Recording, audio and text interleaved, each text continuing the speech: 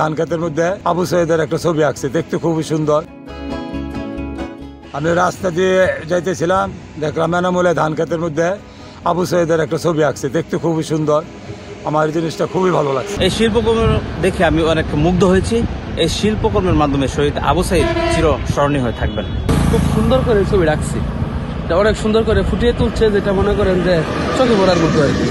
এই জায়গার আশেপাশে আমাদের বাড়ি, জায়গাটা জন্য আমি দাঁড়াইছি এটা সুন্দর জায়গার জন্য। 4 বছর যাবৎ এই শিল্পকর্মের সাথে আমি জড়িত।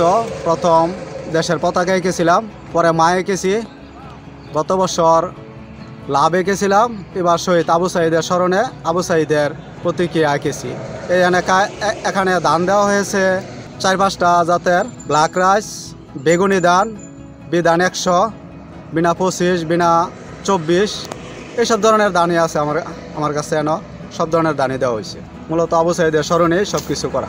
আবু সাইদ শহীদ হয়েছে নির্মমভাবে, এটার স্মরণ করে রাখার জন্য আমি 2024 সালে যে শহীদ হয়েছে আর স্মরণেই আমি এটা করছি।